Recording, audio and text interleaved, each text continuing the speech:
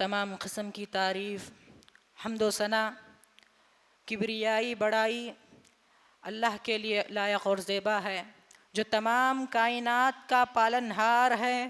وہ تمام کائنات کو رزق دیتا ہے، تمام کائنات اسی کی محتاج ہے، وہ کسی کا محتاج نہیں ہے۔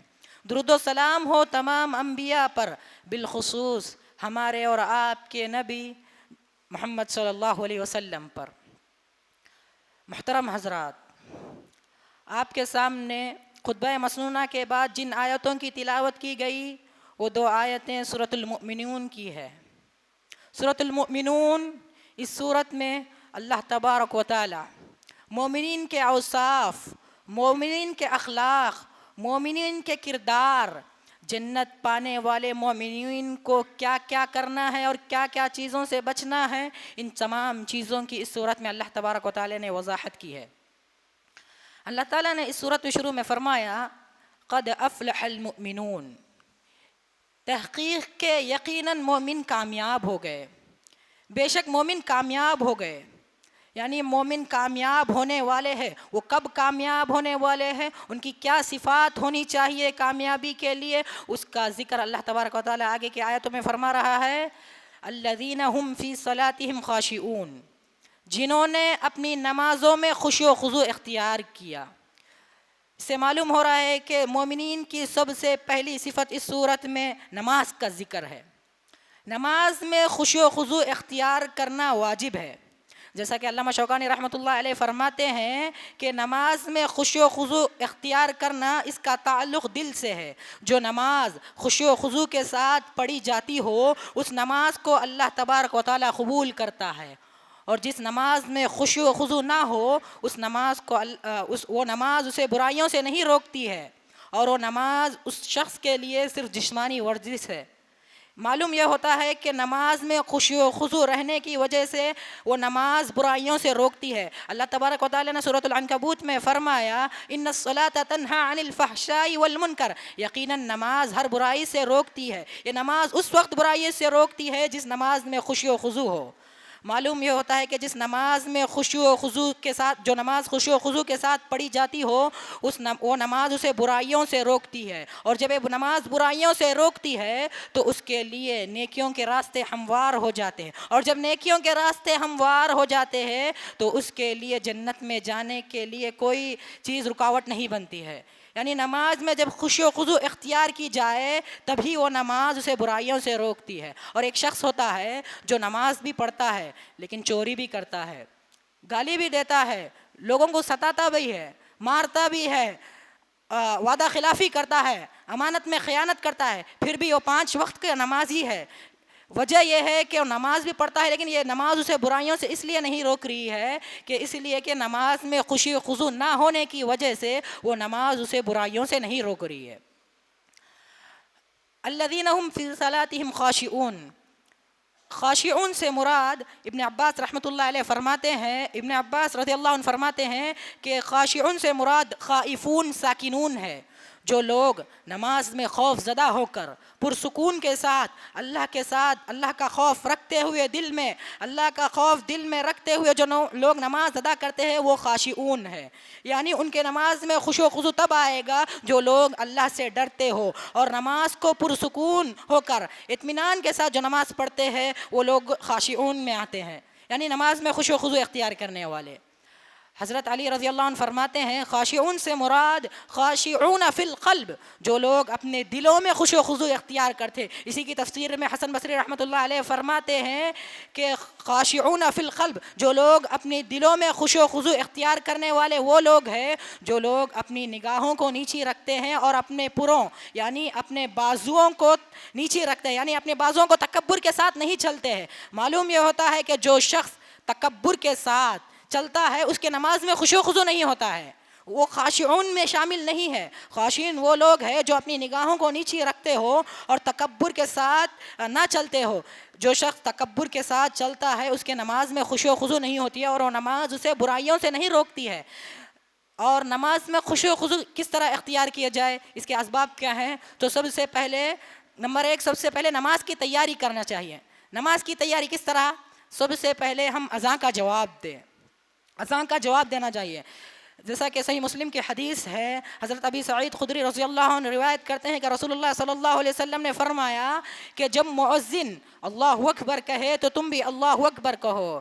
جب مؤذن اشہد ان لا الہ الا اللہ کہے تو تم بھی اشہد ان لا الہ الا اللہ کہو. اور جب مؤذن اشہد ان محمد رسول اللہ کہے تو تم بھی اشہد ان محمد رسول اللہ کہو. اور جب مؤذن حی علی الصلاۃ حی علی الفلاح کہے تو تم لا حول ولا قوۃ الا باللہ کہو. اور جب اللہ اکبر کہے تو تم بھی اللہ اکبر کہو. اور جب لا الہ الا اللہ کہے تو تم بھی لا الہ الا اللہ کہو. اسی کے پس منظر میں ایک واقعہ یاد آتا ہے جو ہمارے استاد محترم عبدالصبور عمری مدنی حفظ اللہ کلاس کے دوران ایک واقعہ بیان کرتے ہیں کہ شیخ علامہ بن باز رحمۃ اللہ علیہ اور عبدالرزاق البدر ان دونوں کا واقعہ ہے. واقعہ کچھ یوں ہے کہ ایک مرتبہ علامہ بن باز رحمۃ اللہ علیہ مجلس میں بیٹھے ہوئے ہوتے ہیں، اس وقت اذان ہو رہی تھی. تو عبدالرزاق البدر رحمۃ اللہ آتے ہیں اور ان سے کچھ پوچھتے ہیں، سوال کرتے ہیں. تو علامہ بن باز رحمۃ اللہ علیہ کہتے ہیں کہ یا عبدالرزاق اسماعیل اذان، اے عبدالرزاق تم اذان کو سنو. اس طرح 2 مرتبہ فرماتے ہیں.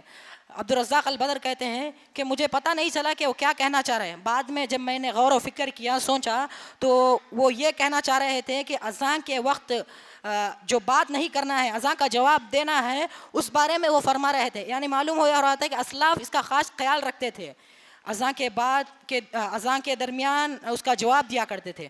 اور دوسری چیز یہ ہے کہ اذان کے بعد دعا پڑھنا چاہیے. صحیح بخاری کی حدیث ہے، جابر رضی اللہ عنہ روایت کرتے ہیں کہ آپ صلی اللہ علیہ وسلم نے فرمایا اللہم رب هذه الدعوة التامة والصلاة القائمة آت محمد الوسیلة والفضیلة وبعث مقاما محمود الذي وعدته. یہ دعا آپ صلی اللہ علیہ وسلم نے امت کو نصیحت کی کہ اذان کے بعد ان دعا کو پڑھنا چاہیے. اور تیسری چیز یہ ہے کہ اذان اور اقامت کے درمیان دعائیں کرنا چاہیے. یہ 2 اذان اور اقامت کے درمیان کا وقت دعاؤں کی قبولیت کا وقت ہوتا ہے. اس وقت میں اللہ تبارک و تعالی بندے کی دعاؤں کو قبول کرتا ہے. اسلاف اس کا خاص اہتمام کیا کرتے تھے، خاص کر جمعے کے دن یہ اللہ تعالیٰ اس وقت اللہ کے رحمتیں نازل ہوتی ہے. اور خاص کر عصر سے لے کر مغرب کا وقت، یہ وقت سعید بن مسیب رحمۃ اللہ علیہ کے بارے میں آتا ہے. ابن خلکان ان کے بارے میں لکھتے ہیں کہ سعید بن مسیب 50 سالوں تک انہوں نے عصر سے مغرب تک کا وقت کو کبھی نہیں گوایا، دوسرے کاموں میں مصروف نہیں کیا اپنے آپ کو، صرف اللہ کے ذکر میں، اللہ کی عبادت میں، قرآن پڑھنے میں. عصر سے مغرب تک کا وقت 50 سالوں تک سعید مسیب نے اس کا اہتمام کیا. اللہ اکبر. اسلاف اس کا بہت بڑا خاص اہتمام کیا کرتا ہے. وہ رحمتوں کے جو آفرز ہوتے ہیں اس کو لیا کرتے تھے. ہم دیکھتے ہیں ہم ڈی مارٹ میں جس طرح کے آفرز ہوتے ہیں ہم پوری فیملی کو لے کر جاتے ہیں. تو ہم رحمتوں کے آفروں کو لینے کے لیے اسے مسجد کو آنا چاہیے. اور رحمتوں کا جو آفرز ہے، اللہ تعالیٰ نے جن وقتوں میں دعا کی قبولیت کے جن اوقات کو بتایا ہے، ان اوقات میں اللہ تعالیٰ سے دعا کرنا چاہیے. اور اسی طرح چوتھی چیز یہ ہے کہ وضو کرنا چاہیے، صحیح سے وضو کرنا چاہیے. جب بندہ وضو صحیح سے کرے گا تو اس کی نماز درست ہوگی. اور جب نماز درست ہوگی وہ نماز اسے برائیوں سے روکے گی. اور جب نماز برائیوں سے روکے گی تو جنت کے راستے اس کے لیے ہموار ہو جاتے ہیں، وہ جنت میں جاتا ہے. معلوم یہ ہوتا ہے کہ جب بندہ وضو صحیح سے کرے گا، جو شخص وضو درست طریقے سے صحیح انداز میں کرے گا، تو وہ جب وہ وضو صحیح درست انداز میں کرے گا تو نماز قبول ہوگی، اس کی نماز بھی صحیح ہوگی. وضو کو صحیح انداز میں کرنا چاہیے. اور اسی طرح وضو سے پہلے اور وضو کی بعد کی دعا پڑھنا چاہیے. جیسا کہ نسائی اور احمد کی روایت ہے، انس رضی اللہ عنہ فرماتے ہیں کہ آپ صلی اللہ علیہ وسلم نے صحابہ کو ایک مرتبہ پانی کا پیالہ منگوایا. صحابہ کرام کے ذریعے ایک پانی کا پیالہ منگوایا اور اس میں اپنے ہاتھ کو ڈالنے سے پہلے بسم اللہ کہا اور حکم دیا کہ تم جب وضو کرو اس سے پہلے بسم اللہ کہو اور وضو کے بعد کی دعا پڑھو. اس سے کیا ہوتا ہے، جو وضو میں شک شبہات پیدا ہوتے ہیں، وضو میں جو خلل ہوتا ہے، حدیث میں آتا ہے کہ وضو کے لیے خاص شیطان ہوتا ہے. وہ شیطان وضو میں آ کر بندے کو خلل پیدا کرتا ہے. اس طرح کے ایک بندہ ہوتا ہے جو وضو کرتا ہے، وضو ایک بار کرتا ہے، پھر اس کے بعد میں شک ہوتا ہے کہ میں نے ہاتھ صحیح سے نہیں دھوئے، میں نے چہرہ صحیح سے نہیں دھویا، پھر وضو کرتا ہے، پھر اسی کے بعد پھر سے شک ہوتا ہے اسے. اس شک کو دور کرنے کے لیے وضو سے پہلے اور وضو کے بعد کی دعا پڑھنا چاہیے. اس شیطان سے بچنے کے لیے بسم اللہ پڑھنا چاہیے اور اس کے بعد کی دعا پڑھنا چاہیے. اور اسی طرح مسواک کا اہتمام کرنا چاہیے. 5ویں چیز یہ ہے کہ مسواک کا اہتمام کرنا چاہیے. مسواک کی فضیلت کے بارے میں بات کی جائے تو کئی جمعہ چلے جائیں گے. مسواک کی بہت بڑی فضیلت ہے. علماء کرام نے مسواک کی فضیلت کے بارے میں بہت کچھ لکھا ہے. مسواک کرنے سے جراثیم، منہ کے جراثیم پاک ہوتے ہیں. ہم لوگوں کو دیکھتے ہیں، ہمارا یہ ماحول ہے، ہم صبح اٹھتے ہیں، ہم وہی باسی منہ سے مسجد آنا گوارا کرتے ہیں، لیکن وہی باسی منہ سے ہم اپنے ساتھیوں سے جب ملتے ہیں تو گوارا نہیں کرتے ہیں کہ ہم اس غلیظ منہ سے بات کریں ساتھیوں سے. اللہ اکبر. ہم مسواک کا اہتمام کرنا چاہیے. ہم رب ذوالجلال کے پاس مسجد کو جب آ رہے ہیں تو اپنا منہ صاف کرے، اپنے منہ سے بدبو نہ آئے. آپ صلی اللہ علیہ وسلم نے امت کو اس لیے کہا کہ اپنے نہ منہ سے، اپنے زبان سے اپنے بھائی کو تکلیف نہ ہو. جب آپ غلیظ منہ سے آئیں گے، بدبودار منہ سے آئیں گے تو آپ کے بھائی کو بازو میں تکلیف ہو سکتی ہے. اس تکلیف سے بچنے کے لیے مومن یہ ہوتا ہے کہ اس کے کسی بھی حرکت سے، اس کے کسی بھی کام سے، اس کے کسی بھی قول سے، اس کے کسی بھی بات سے وہ اپنے بھائی کو تکلیف کبھی نہیں دیتا ہے. یہ مومنین کی صفت ہوتی ہے. آپ صلی اللہ علیہ وسلم نے مومنین کی صفت کو بیان کرتے ہوئے کہا کہ تم مسواک کا اہتمام کرو. یہ مومن مسواک کا اہتمام کرتا ہے، اپنے بھائی کو تکلیف نہیں دیتا ہے. اور اسی طرح جب مسجد کو آئیں تو صاف ستھرا لباس پہنے اور عطر کا استعمال کرے. ہم دیکھتے ہیں، ہم شادیوں میں، فنکشن ہالوں میں، میٹنگسوں میں جب ہم رشتہ داروں کے پاس جاتے ہیں تو عطر کا استعمال کرتے ہیں، پتہ نہیں کیا کیا سینٹ وغیرہ لگا کر جاتے ہیں اور عطر نئے نئے کپڑے پہنتے ہیں. وہی جب رب کے پاس آتے ہیں وہی بیکار لباس پہن کر آتے ہیں. اس لیے نماز میں اچھا لباس پہن کر آنا چاہیے. آپ صلی اللہ علیہ وسلم نے اس کی تاکید کی. اچھا لباس یعنی نیا لباس کوئی ضروری نہیں، آپ کوئی دھلا ہوا کپڑا صاف اور ستھرا اور عطر کا استعمال کرتے ہوئے آئے تاکہ اپنے بھائی کو تکلیف نہ ہو، آپ کی بدبو سے کسی بھائی کو تکلیف نہ ہو. اور اسی طرح نماز میں صفوں کو درست کرنا چاہیے. ساتویں چیز یہ ہے کہ صفوں کو درست کرنا چاہیے اور قریب ہو کر کھڑے ہونا چاہیے. حدیث میں آیا ہے کہ صفوں کی درستگی میں ہی نماز کی درستگی ہے. یعنی جب صف صحیح ہوں گے، صف درست ہوں گے تو نماز درست ہوگی. یعنی حدیث میں فرمایا گیا کہ اگر تم صفوں کو درست نہ کرو، صفوں کے درمیان خلل کرو تو اللہ تعالیٰ آپس میں اختلاف ڈال سکتا ہے. جو خلل ہوتا ہے اس میں شیطان آ سکتا ہے. حدیث میں بتایا گیا کہ جو خلل ہوتا ہے اس کے ذریعے اللہ تعالیٰ اختلاف ڈالتا ہے. اسی لیے صفوں کو صحیح درست کرنا چاہیے. اور اسی طرح آٹھویں چیز یہ ہے کہ نماز کے ارکان جو رکوع، سجود، سجدہ وغیرہ، تشہد، قیام وغیرہ ہے، نماز کے جتنے بھی ارکان ہیں اس میں اطمینان ہونا چاہیے. نماز میں اطمینان کے ساتھ خشوع و خضوع پانے کے لیے ہم نماز کو اطمینان کے ساتھ پڑھنا چاہیے. ایک واقعہ ہے خلاد بن رافع رضی اللہ عنہ، وہ مشہور واقعہ ہے کہ وہ مسجد میں آتے ہیں، جلدی وضو کر جلدی نماز پڑھتے ہیں. اس طرح وہ 3 مرتبہ آپ صلی اللہ علیہ وسلم ٹوکتے ہیں. فرماتے ہیں آپ صلی اللہ علیہ وسلم ارجع فصلی فانک لم تصلی، تم نے نماز نہیں پڑھے، بے شک تم نے نماز نہیں پڑھے، نماز کو دہراؤ. آپ صلی اللہ علیہ وسلم فرماتے ہیں کہ نماز میں اطمینان ہونا چاہیے. یہاں مطلوب یہ ہے کہ نماز میں اطمینان ہونا چاہیے. ابو حنیفہ رحمۃ اللہ علیہ کے دونوں شاگرد امام یوسف اور امام محمد رحمۃ اللہ علیہ فرماتے ہیں کہ نماز میں اطمینان کے ساتھ پڑھنا واجب ہے. جب بندہ نماز میں اطمینان کے ساتھ پڑھے گا تو اس کی نماز میں خشوع و خضوع آئے گا، اور نماز میں جب خشوع و خضوع آئے گا تو نماز مقبول ہوگی. یہ خاشعون میں اطمینان ہونا چاہیے. خشوع و خضوع میں، نماز میں جو خشوع و خضوع پیدا کرتے ہیں اس کے لیے اطمینان ہونا چاہیے. اور اسی طرح 9ویں چیز یہ ہے کہ نماز میں موت کو یاد کرنا چاہیے. اس سے کیا ہوتا ہے، جب بندہ نماز میں موت کو یاد کرے گا تو نماز میں جو وسوسے آتے ہیں، جو خلل پیدا ہوتا ہے اس سے بچ جائے گا. بندہ جب موت کو یاد کرے گا، مجھے مرنا ہے، میری موت کب آئے گی نہیں معلوم، تو اسے کچھ خلل نہیں ہوتا ہے. نماز میں وہ پرسکون کے ساتھ پڑھتا ہے. نماز میں موت کو یاد کر صحابہ اکرام رویا کرتے تھے. اسماء رضی اللہ عنہ فرماتی ہیں کہ ایک مرتبہ صحابہ اکرام کی مجلس میں آخرت کا تذکرہ ہونے لگا تو صحابہ اکرام کی مجلس میں ایک قسم کا شور مچ گیا. بعد میں اسماء رضی اللہ عنہ فرماتی ہے کہ وہ شور اس قسم کا تھا کہ رونے کی آوازیں، چیخ و پکار کی آوازیں بلند ہو گئی. اللہ اکبر. آخرت کو اس قدر یاد کیا کرتے تھے، موت کو اس قدر یاد کیا کرتے تھے. جب ہم نماز میں موت کو یاد کریں گے تو نماز میں ایک قسم کی عجیب کیفیت پیدا ہوگی، نماز میں ایک خشوع و خضوع کی کیفیت پیدا ہوگی. جب بندہ نماز میں موت کو یاد کرے گا تو اس کی نماز میں خشوع و خضوع پیدا ہوگا. اور آپ صلی اللہ علیہ وسلم کے بارے میں عائشہ رضی اللہ عنہ فرماتی ہیں کہ آپ صلی اللہ علیہ وسلم رات میں جب قیام اللیل کرتے تھے تو اس قدر رویا کرتے تھے جس طرح چکی پیسنے کی آواز ہوتی تھی اس طرح آپ صلی اللہ علیہ وسلم کی آواز ہوا کرتی تھی. اس قدر رویا کرتے تھے آپ صلی اللہ علیہ وسلم موت کو یاد کر. اللہ اکبر. اور اسی طرح نماز میں جو دعائیں ہوتے ہیں، جو نماز میں دعائیں وغیرہ اذکار ہوتے ہیں، ان میں غور و فکر کرنا چاہیے. ان میں غور و فکر کرتے ہوئے نماز کو پڑھنا چاہیے. اور نماز میں جب سورہ فاتحہ پڑھیں تو اس میں اس بات کا احساس ہونا چاہیے کہ ہم اللہ تعالیٰ سے کلام کر رہے ہیں, اللہ تعالیٰ سے بات کر رہے ہیں. آپ صلی اللہ علیہ وسلم نے فرمایا کہ جب تم سورہ فاتحہ پڑھو تو تمہیں اس بات کا احساس ہو کہ تم اللہ تبارک و تعالیٰ سے بات کر رہے ہو, اللہ تعالیٰ سے آپ ہم کلام ہو رہے ہو. یا نہیں تو اگر یہ تو نہیں تو صرف اتنا تو دماغ میں رکھنا چاہیے کہ اللہ تعالیٰ آپ کو دیکھ رہا ہے, اللہ تعالیٰ آپ کو دیکھ رہا ہے. اس بات کا احساس ہوتے ہوئے جب آپ نماز پڑھیں گے تو نماز میں خشوع و خضوع پیدا ہوگا.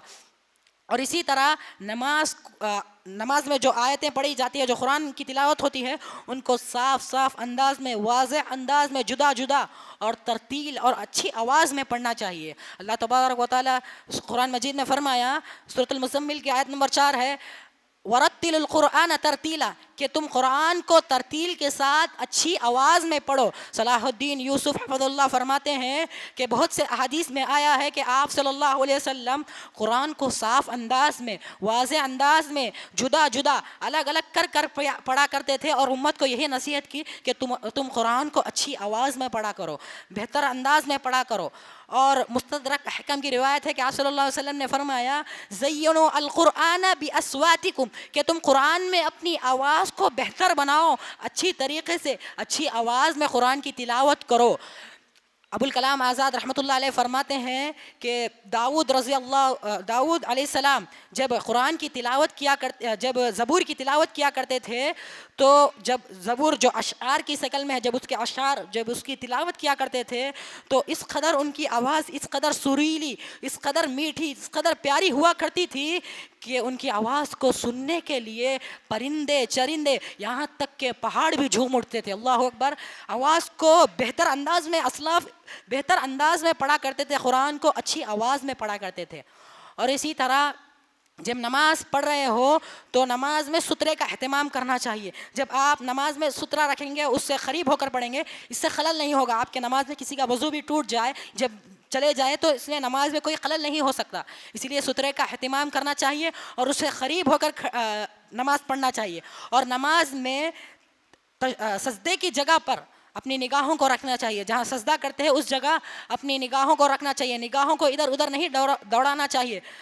اور تشہد میں سببہ یعنی تشہد کی جو انگلی ہے, تشہد میں اس انگلی کی طرف نگاہ کو رکھنا چاہیے, وہاں دیکھنا چاہیے. آپ صلی اللہ علیہ وسلم نے فرمایا کہ تم نماز میں اپنی نگاہوں کو ادھر ادھر نہ دوڑاؤ, اپنی نگاہ کو نماز میں نیچے رکھو, اور نماز میں نگاہوں کو ادھر ادھر نہیں ہم دیکھتے ہیں کہ لوگ نماز میں آتے ہیں, وہ نماز کو آتے ہیں لیکن نماز کو آ کر مسجد کا مشاہدہ کرتے ہیں, یہ فین کیسا ہے, یہ لائٹ کیسا ہے. نماز میں یہ نہیں چاہیے کہ نماز میں جو سجدہ کرتے ہیں اس جگہ پر نگاہ رہنی چاہیے, ادھر ادھر نگاہیں نہیں دوڑانی چاہیے. اور نماز میں خاص کر آسمان کی طرف نگاہیں اوپر نہیں کرنی چاہیے. حدیث میں آیا ہے کہ جو شخص نماز میں آسمان کی طرف دیکھے, نگاہیں اوپر کرے, ہو سکتا ہے کہ اس کی نگاہیں پھترا جائے, اس کی نگاہیں پلٹ جائے, یعنی وہ اندھا بھی ہو سکتا ہے, اندھا ہو سکتا ہے. حدیث میں فرمایا گیا کہ اس سے بچو, کہ تم نماز میں نگاہیں اوپر کرنے سے بچو, نماز میں نگاہیں ادھر ادھر نہیں دوڑانا چاہیے, نماز میں سجدے کی جگہ انگلی کو دیکھنا چاہیے. اور اسی طرح جب نماز قرآن پڑھ رہے ہو ایسا زور سے قرات نہیں کرنا چاہیے کہ دوسروں کو تکلیف ہو. آپ صلی اللہ علیہ وسلم نے اس قدر زور سے قرات کرنے کو منع فرمایا جس سے دوسروں کو تکلیف ہو. ہم دیکھتے ہیں خاص کر ہمارے مسجدوں میں دیکھا جاتا ہے, ہم مسجدوں میں آمین زور سے بولتا ہے. حدیث میں آیا ہے کہ آمین زور سے کہیں, لیکن اس قدر زور سے نہ کہیں کہ دوسرے کو تکلیف ہو, اپنے بھائی کو تکلیف ہو. ہماری مسجدوں میں دیکھا جاتا ہے کہ طلبہ چھوٹے بچے اس قدر چیخ کر بولتے ہیں, اس سے بچنا چاہیے. اس قدر چیخ کر بولتے ہیں کہ بازو میں بزرگ شخص بھی ہو سکتے ہیں, بزرگ ان کو تکلیف ہو سکتا ہے. مومن اپنے کسی کام سے تکلیف نہیں دیتا ہے, اسی لیے زور سے زیادہ تکلیف دہ آوازوں سے منع فرمایا. آمین کہیے, اس قدر آمین حدیث میں آیا آمین کہنا زور سے ہے, لیکن آمین اس حد تک تو کہہ سکتے ہیں کہ آمین آپ کو سنے آئے. اس قدر زور سے مسجد میں پورا مسجد گونج جائے, مسجد پورا بھر جائے آمین سے, اس قدر تو نہیں کہنا چاہیے.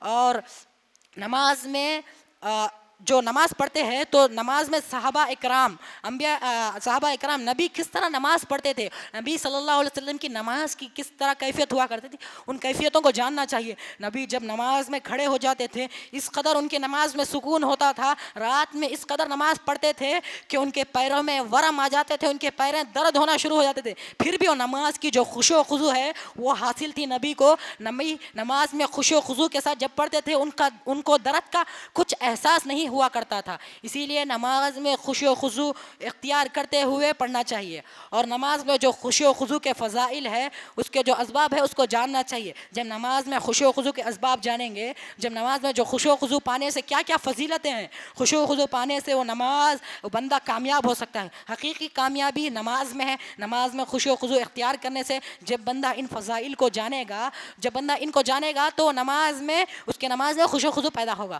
اور اسی طرح جب نماز میں شیطان کے وسوسے آئے تو 3 چیزوں سے ہم ان سے پناہ مانگ سکتے ہیں. سب سے پہلے بسم اللہ الرحمن الرحیم پڑھے اور 3 لیفٹ سائڈ 3 مرتبہ تھوکے، ہلکا سا تھوکے نہ کہ زور سے. اور یا نہیں تو سورہ بقرہ کے آخری 2 آیتیں آمن الرسول، وہ 2 آیتوں کی تلاوت کرے. اگر یہ بھی نہیں تو سورۃ الاخلاص کی تلاوت کرے، قل اللہ احد کی تلاوت کرے نماز میں. ان 3 چیزوں کے ذریعے حدیث میں آیا ہے کہ ان 3 چیزوں کے ذریعے تم شیطان سے نماز میں پناہ مانگو. جب شیطان آپ کو نماز میں خلل پیدا کرے، نماز میں کچھ وسوسہ ڈالے، جب شیطان کا خلل ہو نماز میں، تو اللہ تبارک و تعالیٰ سے اس طرح پناہ طلب کرو. نماز کو موت کو یاد کرو نماز میں. اور اسی طرح جب آپ نماز پڑھتے ہوں تو نماز کے لیے آئے تو موبائل فون نہ لے جائے، موبائل فون نہ لے جائے. اس سے نماز میں تکلیف ہوگا، دوسرے مصلیان کو اس سے تکلیف ہو سکتا ہے. جو مصلی حضرات ہیں آپ کے بازو نماز پڑھتے ہیں ان کو تکلیف ہو سکتا ہے. آپ کا فون نماز میں اگر رنگ کرے گا تو اس سے نماز میں سب کو خلل ہوگا، سب کی توجہ اس موبائل کی طرف جائے گی. اسی لیے نماز میں موبائل فون نہ لائے، اگر ضرورت ہو تو بھی اسے آف کر آئے. اگر آپ ایک بات ہے کہ جب آپ یہ نیٹ ورک کو لے کے آئیں گے، جو موبائل کا نیٹ ورک کو لے کے آئیں گے، تو جو رحمتوں کا نیٹ ورک ہے، جو اللہ کے ساتھ آپ کا رحمتوں کا کلیکشن ہو رہا ہے، جو نماز میں رحمتوں کا نیٹ ورک ہے، اس میں خلل ہو سکتا ہے. اس نیٹ ورک کی وجہ سے اس نیٹ ورک میں کہیں خلل نہ ہو، اسی لیے موبائل کو نہ لائے، موبائل کو لانے سے بچے. اور اسی طرح جب نماز کے لیے آئے تو دھار دیر کپڑے پہن کر نہ آئے. جو دھار دیر کپڑے جو نماز میں خلل، نبی نے فرمایا کہ تم دھار دیر والے کپڑوں سے پہن کر نماز میں مت آؤ، اور اس سے نماز میں خلل ہو سکتا ہے، نماز میں خلل پیدا ہوتا ہے. اور نماز کو جب آئے تو تصویروں والے ٹی شرٹ وغیرہ پہن کر نہ آئے. جب نماز کے لیے آئے تو تصویروں والے ٹی شرٹ وغیرہ پہن کر نہ آئے. ہمارا ماحول دیکھتے ہیں ہم کہ ہمارے بچے وہ امریکہ کا ٹی شرٹ، پتہ نہیں اسپائڈر مین، سپر مین، بیٹ مین، پتہ نہیں کتنے مین ہیں، ان کے تمام کے ٹی شرٹ وغیرہ پہن کر نماز کو آتے ہیں. لیکن وہ مسلمان بچے کو، ہمارے طلبہ کو اس قدر بچپن سے یہ تربیت دی جاتی ہے، وہ امریکہ کا جھنڈا لے کر پھرتے ہیں، لیکن انہیں مسلمان ہونا گوارا نہیں ہے، اپنے ٹی شرٹ پر مسلمان لکھنا گوارا نہیں ہے. یعنی نماز میں وہ بچوں کی تربیت اگر بچپن سے اس طرح کریں گے، جب آپ امریکہ کا جھنڈا تصویروں والے ٹی شرٹ پہنا کر مسجد بجائیں گے تو بچپن سے ان کی تربیت اسی طرح ہوگی، اور بڑے ہو کر بھی وہی بننے کی خواہش کریں گے. اسی لیے بچوں کو جو تصویروں والے ٹی شرٹ ہے جن میں نام وغیرہ لکھا ہوا، ان ٹی شرٹ سے منع کرنا چاہیے. اور نماز میں اچھا لباس، بچوں کو تاکید کرنا چاہیے. تربیت بچپن سے ماں باپ جب صحیح سے کریں گے تو بڑے ہونے کے بعد طلبہ بچے وہ بگڑنے کا زیادہ امکان نہیں ہوگا. جب آپ بچپن سے ان کی صحیح تربیت کریں گے، جب بچپن سے انہیں صحیح راستہ دکھائیں گے، کون سا پہننا، کون سا لباس ہے وہ پہننا، جو لباس نماز کے لیے پہننا ہے وہ لباس اگر پہنائیں گے تو ان کی تربیت بچپن سے ہوگی. نماز میں یہ مانا نہیں کیا گیا کہ آپ پینٹ شرٹ پہنیں، پینٹ شرٹ پہن سکتے ہیں آپ نماز میں، لیکن اس قدر ٹائٹ پینٹ وغیرہ جو نماز میں خلل پیدا ہو، اس سے دوسرے لوگوں کو بھی خلل پیدا ہو سکتی ہے. اور خود نماز میں آپ اس قدر ٹائٹ، ہم نوجوانوں کو دیکھتے ہیں کہ وہ جینس پینٹ اس قدر ٹائٹ پہن کر آتے ہیں، ان کے نماز میں بدن ظاہر ہوتا ہے، نماز میں اس سے خلل پیدا ہوتا ہے، دوسروں کو خشوع و خضوع چلے جاتا ہے نماز میں. اگر خشوع و خضوع چاہتے ہیں نماز میں، اگر آپ نماز میں خشوع و خضوع پیدا کرنا چاہتے ہیں تو نماز میں ٹائٹ پینٹ، تنگ کپڑے، نبی نے فرمایا کہ آپ تنگ کپڑے پہن کر مسجد میں نہ آئے جس سے دوسروں کو تکلیف ہو. اور نماز جب پڑھتے ہو تو نماز میں پتھر کنکری وغیرہ کپڑے سے نہیں کھیلنا چاہیے. نماز میں یہ بھی خشوع و خضوع میں خلل پیدا ہوتا ہے کہ آپ جب پتھر کنکری وغیرہ سے کھیلیں گے تو نماز میں اس سے خلل پیدا ہوتا ہے. نبی نے فرمایا کہ تم اس سے منع فرمایا کہ تم نماز میں کپڑوں سے کھیلو. آپ صلی اللہ علیہ وسلم نے منع فرمایا. اور نماز میں جانوروں کی طرح نہیں بیٹھنا چاہیے.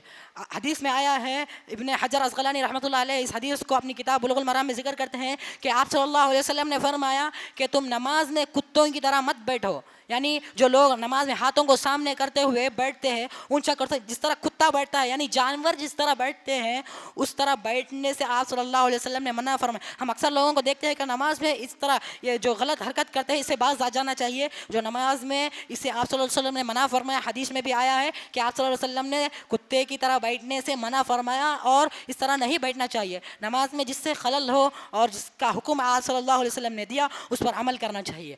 اور اسی طرح پیاز لہسن وغیرہ کھا کر اور بیڑی وغیرہ پی کر مسجد نہیں آنا چاہیے. پیاز لہسن وغیرہ کھا کر اس لیے نہیں آنا چاہیے کہ آپ صلی اللہ علیہ وسلم نے فرمایا جب تم پیاز لہسن وغیرہ کھا کر مسجد آؤ گے تو رحمت کے فرشتے دور ہو جائیں گے تم سے.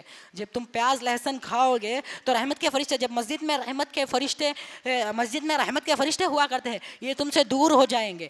اگر پیاز لہسن کھا بھی لیے تو کلی وغیرہ کر منہ دھو کر مسجد آنا چاہیے. اور اسی طرح بیڑی سگریٹ وغیرہ پی کر بھی مسجد نہیں آنا چاہیے. یہ کتنی خطرناک چیز ہے جو بیڑی سگریٹ وغیرہ آج کل جو ہمارے لوگوں میں عام ہے. بیڑی سگریٹ وغیرہ یہ اپنے نفس کو ہلاک کرنے کے لیے جو پیسے دے کر اپنے جو نفس, اللہ کی امانت ہے ہمارے پاس, اس کی حفاظت کرنے چاہیے. نفس جو مومن ہے امانتوں کی حفاظت کرتا ہے. اللہ تعالیٰ نے آپ کو اچھی صحت دی ہے تو اس کی حفاظت کرنا چاہیے, نہ کہ اس صحت کو بگاڑنے کے لیے اپنا مال خرچ کرے. آپ جو مال خرچ کر رہے ہیں اپنی صحت کو بگاڑنے کے لیے, کہیں اس پیسوں کو آپ صدقہ جاریہ میں لگا دیجئے, آپ صدقہ کیجئے, یا نہیں تو کسی کو تعاون کر دیجئے, کسی کی مدد کر دیجئے. اس سے آپ کو بہت فائدہ ہو سکتا ہے, نہ کہ بیڑی سگریٹ پی کر اپنے آپ کو ہلاکت میں نہ ڈالے. اس بارے میں ایک واقعہ آتا ہے, بیڑی سگریٹ کا ایک خطرناک واقعہ. اس بارے میں عبد المالک مجاہد رحمۃ اللہ علیہ اپنی کتاب میں ذکر کرتے ہیں کہ واقعہ ایک 25 سالہ نوجوان کا ہے.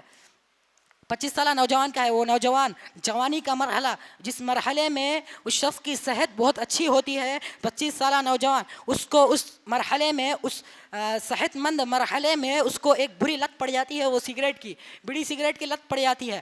وہ اس قدر پیا کرتا تھا اس کی صحت خراب ہونے لگی, جس کی وجہ سے اس کی صحت خراب ہونے لگی.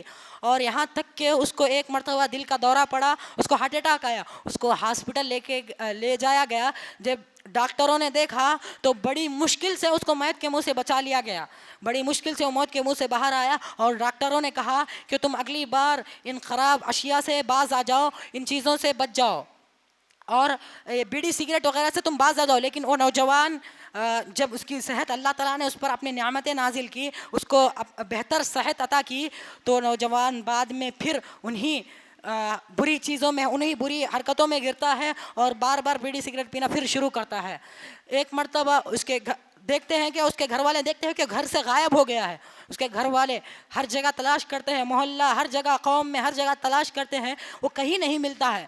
جب اس کے گھر والے جب گھر آتے ہیں واپس دیکھتے ہیں, جب اس کو باتھ روم میں دیکھتے ہیں تو وہ دیکھتے ہیں کہ باتھ روم میں مرا پڑا ہوا ہے اور اس کے ہاتھ میں سگریٹ ہے. اللہ اکبر, اس قدر برا انجام ہو سکتا ہے کہ اپنے آپ کو آپ ہلاک نہ کیجیے, یہ بیڑی وغیرہ پی کر مزید نہ آ جائیے اور اپنے نفس کو ہلاک نہ کیجیے.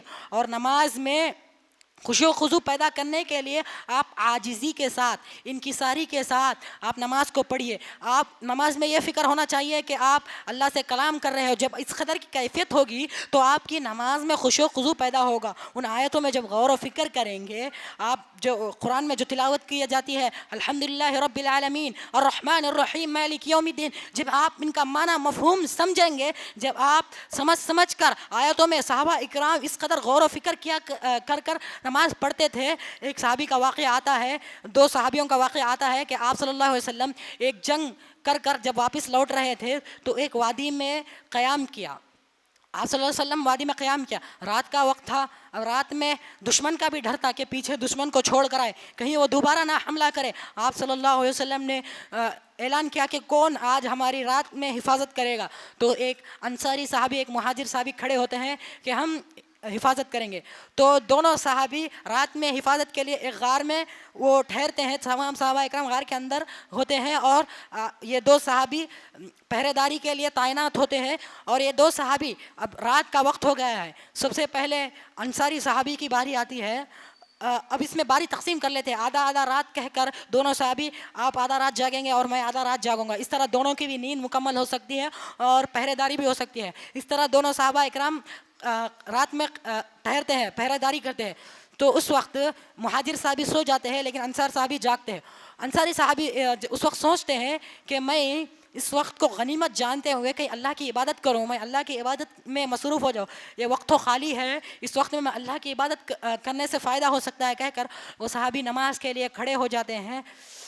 جب یہ صحابی نماز کی تلاوت کرتے ہیں, وہ کوئی سورت تلاوت کرتے ہیں جس کی تلاوت میں اتنے مگن ہو جاتے ہیں ان کو پتہ بھی نہیں چلتا ہے کہ ان کے پیچھے ایک دشمن آ جاتا ہے. وہ دشمن آتے ہیں اور ان کے پیٹھ میں ایک تیر مارتا ہے. ان کو احساس تک نہیں ہوتا کہ ان کو تیر لگی ہے. وہ نماز میں اس قدر مصروف ہوتے ہیں, اللہ کی عبادت میں اس قدر مصروف ہوتے ہیں, اس قدر سکون, اس قدر عاجزی, اس قدر انکساری کے ساتھ نماز پڑھتے ہیں کہ انہیں پتہ بھی نہیں چلتا کہ ان کو پیٹھ میں تیر لگی ہے. اللہ اکبر. پھر دشمن دوسرا تیر چلاتا ہے, پھر بھی وہ نماز کو جاری رکھتے ہیں. وہ تیر نکال کر پھینک دیتے ہیں, جسم سے خون بہہ رہا ہے, خون جاری ہو رہا ہے, جسم سے خون زیادہ بہہ رہا ہے, پھر بھی وہ نماز میں مصروف رہتے ہیں, نماز کو جاری رکھتے ہیں. اور جب دشمن تیسرا تیر چلاتا ہے, خون جب زخم بہت زیادہ ہو جاتا ہے, جسم پھٹ جاتا ہے, خون بہنے لگتا ہے, تو وہ صحابی اپنی نماز کو فوراً مکمل کر اپنے دوسرے مہاجر صحابی کو جگاتے ہیں.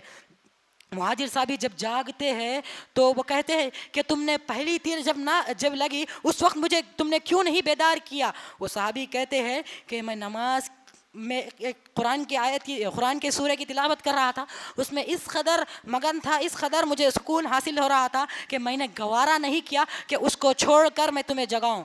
اس قدر صحابہ اکرام قرآن میں جب نماز پڑھا کرتے تھے تو اس قدر وہ نماز میں عاجزی, انکساری اور اس طرف غور و فکر کے ساتھ نماز پڑھا کرتے تھے.